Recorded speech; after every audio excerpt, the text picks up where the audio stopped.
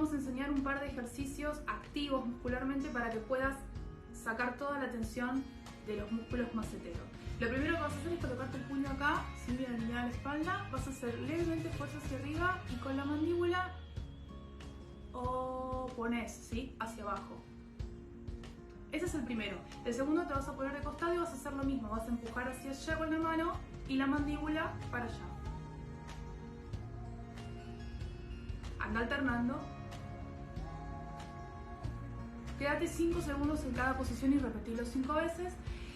Y el tercero vas a sacar la lengua